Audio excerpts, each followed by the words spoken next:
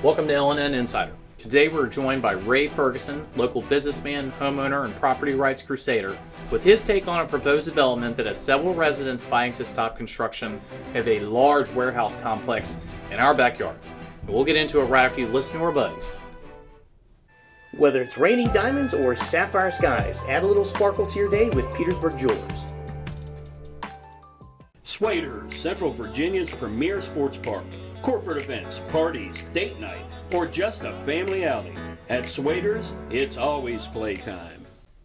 Welcome back to the studio. Up next, we talk to our guest who is fighting his city to protect his home and neighbors.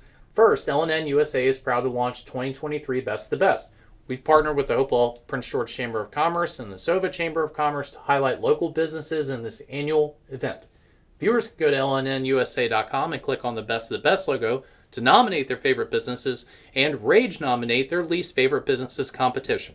Nominations end September 15th. Voting will begin October 1st. Now on to our guest. When it was Seth's turn to pay for gas on the annual boys' trip, he had to act fast to avoid a very awkward car ride. Luckily, Seth was able to transfer the cash with his phone. In that very moment, we were the Bank of Seth. BSV, the Bank of You. All right, Ray. Welcome to the studio. How you doing? All right, so let's get right into it. The property in question is off 460 on the backside of several homes along Poe Lane. The project looks to add 3 massive warehouses, up to 234 loading bays. So there's lots of jobs, certainly a lot of 18-wheelers. And it's going to be converging right there at Poe and 460 pretty much 24 hours a day, possibly. Sounds like an opportunity for a lot of economic development, and you're a business owner and a champion for such development in the city, but you are opposed to this particular project. So can you give me a synopsis as to why? Yeah, 100% I'm opposed to it. I look at this project as being a square peg in a round hole. It's a nice piece of land, it's farmland, but the safety impacts of what is going to come from all this, from the 18-wheelers, the amount of traffic that's going to come into this on 460 right behind Fort Greg Adams area, it's going to be detrimental to all the citizens that live around there and who's traveling to Virginia Beach, coming back from Virginia Beach east and west on the 460 corridor there. It's already bad. The traffic is already really bad. From the proposal that we got from the folks that are trying to put in these, it's almost 1 million square feet of warehousing. They're going to raise traffic in this area from 22 to 30%, and a lot of it's going to happen during the peak hours. So from safety concerns for traffic, bus stops where a lot of Petersburg schools are dropping their kids off, it's going to be a problem. Yeah, it's already kind of an odd zone. Generally, you don't see a lot of residential development around a undivided 4-lane highway. So it's a dangerous road to begin with. So yeah, this kind of ties right into that. Now, this isn't just in opposition to a development project. You also own a home adjacent to the property. So don't you think a homeowner should be able to develop the property as he sees fit? I can do what I want with my property, but what some of the things that they're wanting to do is going to make it. It's going to be a nuisance to us, no matter what. To anybody who lives on Poe Lane or anywhere around that area, there's hundreds of families that live around here, not just me. And it's going to be a nuisance from the noise to the light to traffic coming and going, all 24-hour operations. It's going to be a bad situation for people who live in this area. And I don't think enough people know about it yet, because one of the things the city does, they actually send letters out to the homeowners of the trailer parks that live near this.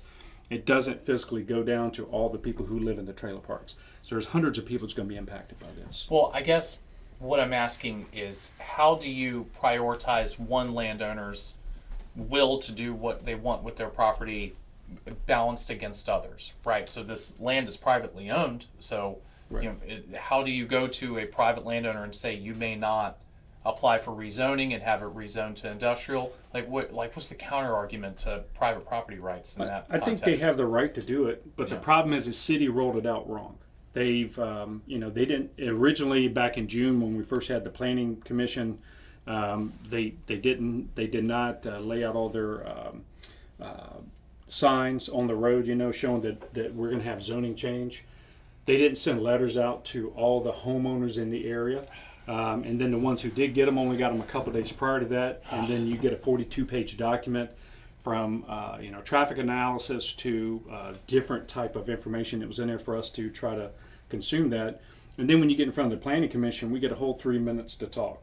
So there's a lot of issues here, and the safety of the people has got to be first and foremost.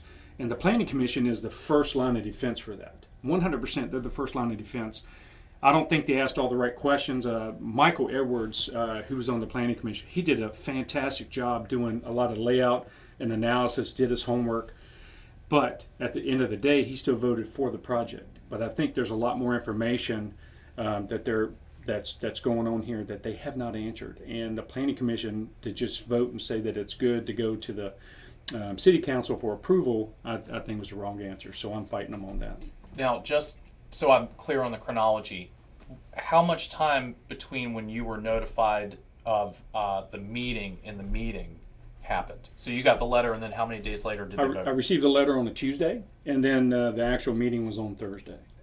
And then, you get a letter, and so it's got this nice long link. I had to put the link into my computer, and then it popped up all this information, and then I think there was 42 pages of information to go through and understand, and then I had to make some type of 3-minute speech in front of the Planning Commission. But my next door neighbor, she owns 20 acres right beside of me, adjacent to this. She didn't even get a letter at all. I had to tell her. So for me, that's the wrong way to do it. It was rolled out wrong.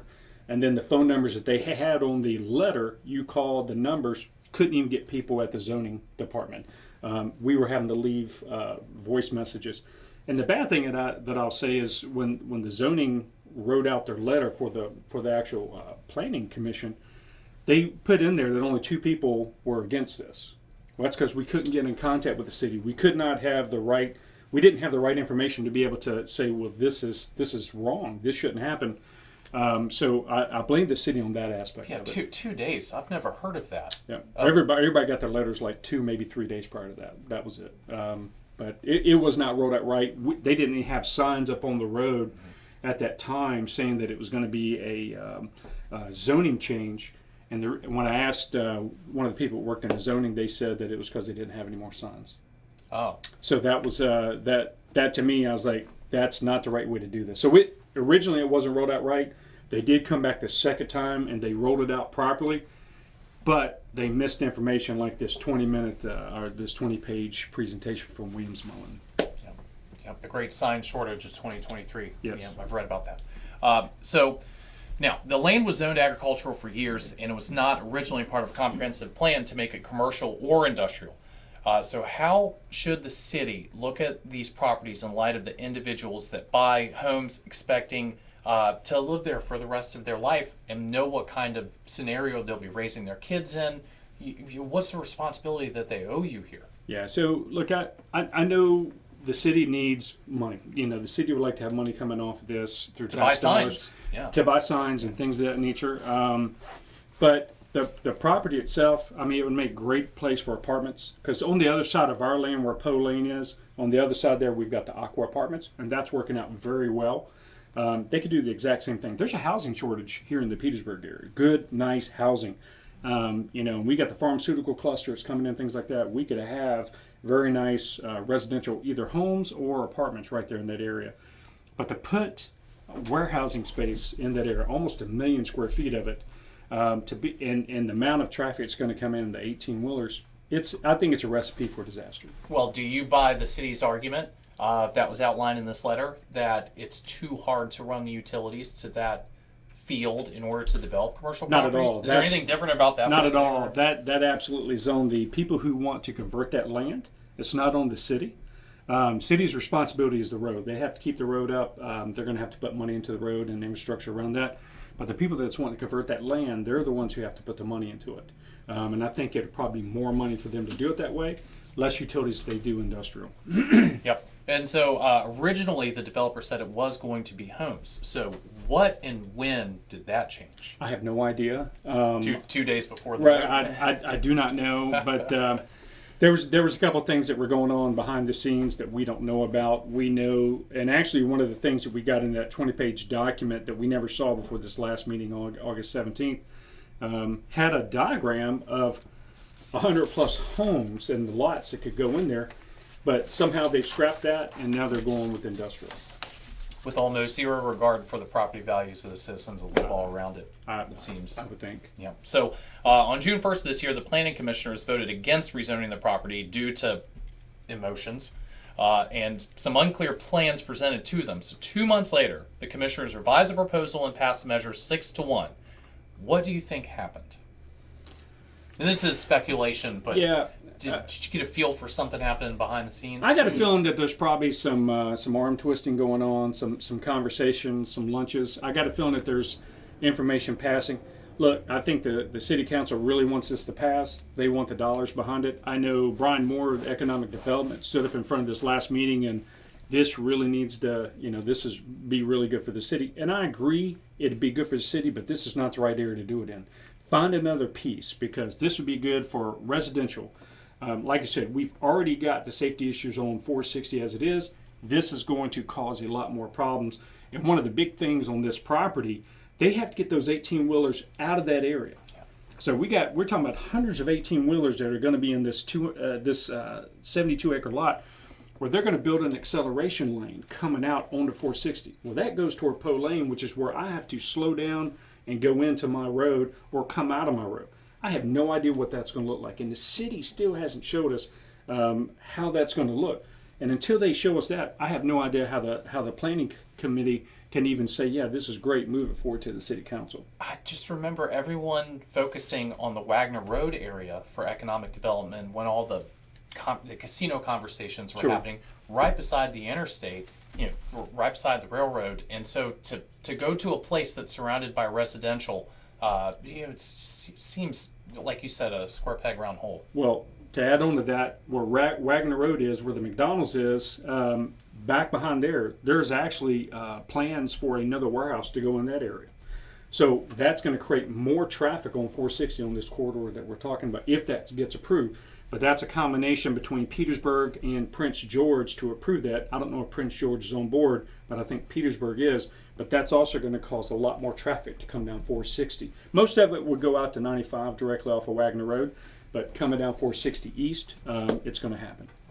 The warehouse arguments to me have always been a little bit disingenuous, because you can run a warehouse with very low amount of staff. So the square footage they're taking up and the amount of noise these 18-wheelers are generating might not be proportionate to how many jobs would make it worth it, to me. Well, and one of the things they mentioned was we could automate a lot of the processes inside the warehouse. They talked about that during the planning committee, and I remember Brian Moore specifically jumping up and saying, well, if they did that, then we could tax them on the equipment tax and things like that would be used inside this building for that. Great, so no jobs, just tax money. No jobs, just a lot of extra taxes. So it's all about the dollars, but Fantastic. To me it comes back to the safety of the citizens around this area, and that's driving up and down 460, and the soldiers that are up on Greg Adams. It's going to cause a bottleneck right there, and I just don't know where it's going to go. Yeah, it's a sketchy spot, that's for sure. So on July 10th, Williams Mullen drafted a letter sent to the members of the council, and this might have been what happened in the interim between the first vote and the second vote, encouraging them to approve the project. The letter contains some key agreements in favor of the project. So let's look at those point by point and see if you can interject anything. So consistency with the comprehensive plan. So they're arguing that this was always something that they had been planning to do in a way that they wanted to develop that section, but apparently it was supposed to be residential development first. I agree that their plan is for additional warehousing in the Petersburg area, especially with the pharmaceutical industry coming into town. It makes sense to have warehouses available for storage and things of that nature, and trucking and things of that nature. You just got to find the exact right spot. Again, this square peg going in a round hole, and it does tie into the comprehensive plan. And they are also saying that the planning department has recommended in favor of rezoning. So it seems like they don't really put as much weight into keeping industrial away from residential as they used to. It seemed like that was always the plan, for a long time. You mix commercial residential and agricultural residential, but 18-wheelers? I would say this: the planning department did not do their homework on this, and one of the things that they recommended was that the amount of trees that we have between my property, Miss Burgess' property, our 30 plus acres that align this, is we got a small set of trees. in the planning department, actually the zoning department, they actually said that was adequate amount of buffering for sound between these warehouses and over here in our land. And that is 100% not true. So that's the reason why they've come up with these different options of being able to put in, these 150 feet of trees and things of that nature. Well, if they do that, these are going to be small trees. These aren't going to be mature trees put into place. So we're going to hear everything that's going on. It's going to be a huge nuisance. Nobody really cares about my nuisance that's going on in my home. So I get that. But I do know that everything's going to wrap around that safety out on 460. It really comes back to that. Even if we can fix some of the nuisance piece, the safety piece is a lot more important in my mind. Well, and I appreciate the humility in downplaying the personal impact to your property, certainly. But I think everyone who owns a house Yeah. would understand, waking up one day in your backyard being a giant industrial operation where it used to be a field with deer and delightful rabbits. Yes. So, and it looks like it's 160 feet between where the back of the property lines on the residential side and giant Volvo engines will be accelerating. I mean, that's 30 yards. And in this report, they brag about the fact that this concession was worth millions of dollars, and actually it represented 33 jobs. So that's the most productive 160-foot strip of land on planet Earth, I think. Yeah. So listen, I'm a retired military guy, and this was my retirement home. So for me, it's very personal. And my wife's a school teacher at Petersburg High School, and she's been working there for 7 years. This was our retirement. This is our peace and quiet. But the fact that now they're wanting to do this, it's a nuisance. Like, I downplayed that part because it's going to impact us, but at the same time, there's a much bigger issue here at play. So I try to take myself away from it and look at the overall bigger picture about what's going on with people. Yeah, and I appreciate that. But what's good for one is good for everybody. And there's this site is surrounded by residential already. Yes. So it's not just these houses on Poe that are going to be, Right. Especially with that acceleration lane that they put in. But there's apartments on every side of it. So or on There's the trailers. There's, correct. There's a Yep. lot of trailers. There's hundreds of families with trailers on the other Yeah. side of this whole thing. So, the Petersburg Economic Development Authority and the Virginia Gateway region have both recommended in favor of rezoning. So my question to you is, can you believe that the bureaus that are responsible for money voted in favor of money? Shocking. Yes, I mean, you would absolutely just and I've been called by a couple of these groups and been said, look, we're on this side, we're for this. We know that you live on the other side of this, and we just didn't want this to be awkward when we see you, because I go to different functions, and it's like I didn't want this to be awkward when we meet each other, see each other at lunches and things. And I get that, but it's very personal to me with what's going on here, and I get it from the economic standpoint. I see where they're coming from. But again, it's a square peg in a round hole, and it doesn't fit. Well, and if there was a operation that wanted to build this, right, to proactively go in and select a site and do that, I don't think they would look at this. They'd probably be down past Wagner Road. So this looks like an opportunistic landowner who just wants to maximize the return on selling the land, which I can appreciate. That's how all this works. But it's residential. This is not an area that was designed to be basically populated with hundreds of people and trucks every day. Yeah, and there's something else about this piece of land too. So this right here is actually adjacent to the Petersburg battlefield. And the reason why I say that is because I guarantee there's historic context to this field. Because I know on my land that's adjacent to this, you could find artifacts from the Civil War out there. I know that there's some on this big piece of land as well. And I bring that up because it's a massive area. It's cleared. I don't know if it was cleared back during the Civil War, but this is absolutely adjacent to the Petersburg battlefield, and I would bet there's some historical, credence to this. And a lot of lost opportunities on the historical tourism side of this. Sure. Okay, so in the interest of balance, I will read what the Petersburg Economic Development Authority said in favor of this, that it would create over 650 jobs.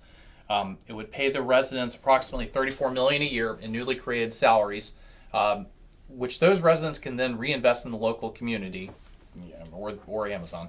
Attract national caliber employers to invest in the city and bolster the city's tax base by creating over $1 million per year in additional property tax revenue. So those are the arguments for it that we would be losing if this did not happen. But I still think that there's better places to generate that kind of return that isn't surrounded by residential houses. So now, to that point, Petersburg is saying that there is a scarcity of economic development sites. So it's a small city, and there's only so many places where they can do something like this. Sure.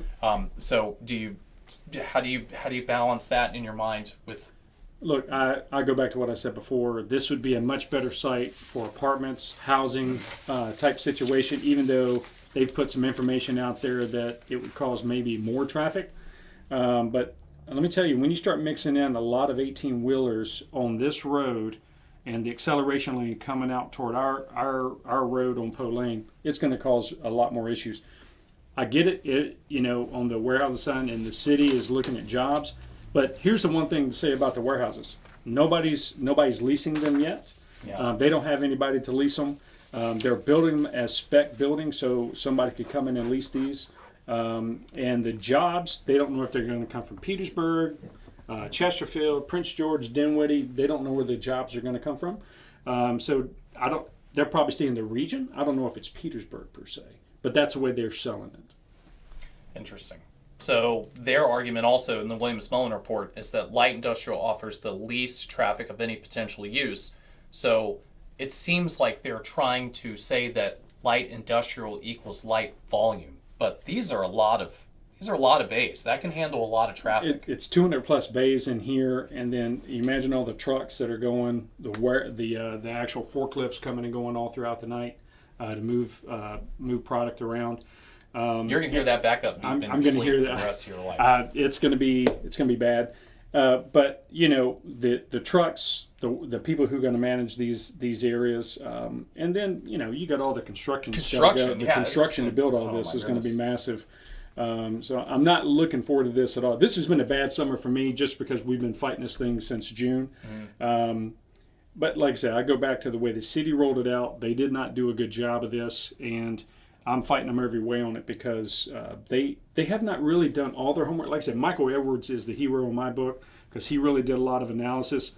I'm not sure about the rest of the planning group if they did or didn't, but I know he voiced a lot of that, especially with the number of school bus stops, because one of the things in the Williams-Mullen report says there are no bus stops adjacent to this area, like in the front of this. Well, Michael Edwards found out there was like either 12 or 14 bus stops right here in this area. So that means you've got 20 to 30% additional trucks and vehicles on this road, along with all the bus stops, and that doesn't even include the Petersburg bus stops from the area transit. So you've got a lot of different buses here. And I talked to a bus driver the other day. He said in the afternoon traffic gets really bad because I know I have personally seen vehicles going around buses when they have their stop sign out on the side. I've seen that quite a few times, along with people trying to run across the road from the hotels across the street, running across the road, playing Frogger, going across this road. It's only going to get worse as traffic increases. Well, and that church, Rock Church, we're just right across the street from the entrance here, so that's going to be chaos on Wednesdays and Sundays, I would imagine, too. Okay, so the zoning commission changed their vote. Did they offer any information on why they changed their vote between there? Again, I go back to Michael Edwards. He was the only one who really laid his heart out there, and I could tell he was really torn, and he told us he was torn between it. But at the end of the day, when I talked to him after the meeting, I told him you were wrong. He was wrong to make that vote because they don't have all their information. We don't know what that acceleration lane is going to look like. Putting all these, and here's the thing: if you've got 18-wheelers, they're saying, well, you're only going to be able to make right-hand turns to get into this site. Well, what if I'm coming on the eastbound lane as an 18-wheeler coming off 95 coming up from the south? How am I going to get in here? Well, I'm going to have to go turning around and doing a lot of flips and turns to get back to be able to come here and bring my 18-wheeler in. It's going to cause additional issues, and that part to where they're turning around in is directly in the line of Fort Gregg Adams and where they're going to be traveling up on the base. So I've got a lot of angst and insecurity about what they're planning for this, and I think they need to do a lot more investigation on the roadway traffic, and especially if they allow this other warehouse to be built down on Wagner Road behind the McDonald's down there. I see that being a cumulative problem that's going to happen. Yeah. Well, I'm going to be more personally affronted than you are. Why wouldn't they just build a wall here? They're going to put saplings down and expect you to write letters of gratitude for saplings. I would much rather have a wall. I would much rather, if they approve this. I mean, I don't want the thing at all. But if they're gonna put it there and it seems goes like through if they everything, cared, that's what they would have offered. It needs to be like a 30-40 foot wall around this to be able to contain the sound, the light, the look of the whole entire thing, and then a set of trees on the other side of it, so you wouldn't really see it. Yeah. So you were offered to have your home purchased at market value. Is that correct? So basically, there was an email sent to me that had like a diagram and some little, just like a 2-page email, and one of the things that had at the bottom was, "We'll be willing to buy your home at market rate." So no one's made you an actual offer. I don't know if that's an actual offer or not, but who was that email from? That I didn't really know who it was. So they haven't made contact with me. I haven't talked to them personally. It was just an email that was sent. These are our plans going in front of the Planning Commission, and these are, we'll buy your home at market rate. Well, I own 2 properties there, so I got 2 houses, and there's a third that's down there. They kind of sent her the same email. So we don't know if it was the city or the landowner that. Well, I got a feeling it was either the attorney or the landowner folks. It wasn't anybody from the city. All right, well, unfortunately, it looks like this project is set to sail through the council as well. So what does this mean for local homeowners and what your personal intentions with your property are, which I assume will suffer in value with warehouses set in your backyard? Yeah, so I don't want to look or listen to any of that. If it happens, I'm probably going to end up moving. Not that I want to do that. And not that, but like I said, this is very personal to me because this was our home. We wanted to raise our grandkids come and play on our land, and so we ride 4-wheelers out there and we have a good time out there on that land that we've got. This is going to change the whole dynamic of things. My wife stood up at the last city, the planning committee, and basically was in tears saying, "Look, this is our home that you guys are going to come in and wreck." And so, and like I said, we're a humble family. We want to do right by the city. We know the city wants to move forward. We just don't think that this is the right piece to go into this piece of land. We think that this is a bad fit. Well, people should be able to expect peace in their home. So we're not going to get it if this transpires. Certainly not. Well, LNN has extended invitations to Brian Moore, the Director of Economic Development, and the Planning Commissioner Michael Edwards to discuss this project and its further projects and all the further projects to develop Petersburg. And we hope to have them in studio in the near future. But Ray, I appreciate you joining us very much. I'm sorry you're going through this, but we'll stay on it, okay? Thank you very much. Really all right, appreciate we'll be right back after this. Breeze In and get the best lunch in town. Breeze In is a family-owned business that specializes in top-notch service and fried chicken. Come enjoy Breeze In's original finest fried chicken. Like a little spice? Ask for our Virginia Heat Chicken. We have everything from barbecue to Philly cheesesteaks on our made-to-order menu. Thirsty? Walk into our beer cave and enjoy the coldest beer in town, including a wide variety of local craft beers and wines. Enjoy a selection of local Virginia products. Come experience what puts the breeze in Breeze In.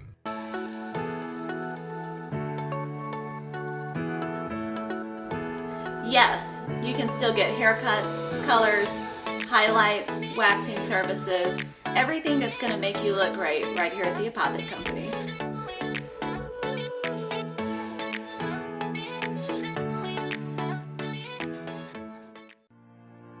So here at Titan Auto and Tire, we're a full care automotive repair center, full maintenance items anywhere from an oil change, state inspection, and also full engine replacement. Titan Auto is different because of our customer service mainly. I mean, we have some of the best trained and qualified techs in the area. Our 3 main focuses are customer safety, customer service, and community. Knowing that you're going to put them first and it's not about the dollar. And that sums up the issues for today. But we have many more coming. Special thanks to our advertisers, especially Dunlap House, who support got us all out of bed and in our chairs today. By the way, Best of the Best winners 2 years running for Best Assisted Living Business Around. Too bad they can't take care of my kids for 1 weekend. And that is it for this week. Please contact us on Facebook and YouTube if there are issues happening around you that need to be explored by actual local media, and we'll be sure to call them. No, I'm just kidding. That sounds weird. See ya.